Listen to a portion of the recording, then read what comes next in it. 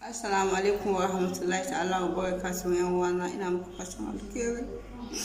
Yan uwana dan Allah, ina da tambaya yau.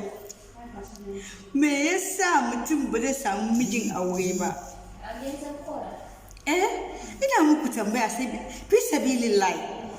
Me yasa mutum ba zai samu mijin aure ba? In ka ga mai kudi kace zaka aura, za a ce wai saboda kudi zaka aure shi. Kuma ka Malam, na'am, kace mi wai ma mace guda? uwar gida mace guda ciwo ce. Bi samun sauki, uku gadara, hudu warkewa. Dan mace guda in ta cika ta kase ta kwanan aure ma sai ta ga kamar taimaka maka ne take ba dan halinka ba. Wata ma sai kun yi randebu da rana. Kana ƴa mashin huda ta koma cikin yara ta kwanta, ka zunguri kafarta ta camiki yaro kama kuka. Mace guda tana mai da namiji ladihi ga ka ci ka koshi ga ta bayan ka ji ba husu wuce ma ba ta tashi.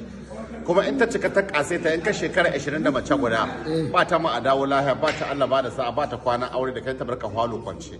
Ko sai ta sati da kalar dara guda kake kwana, kalar kwano guda take baka abinci.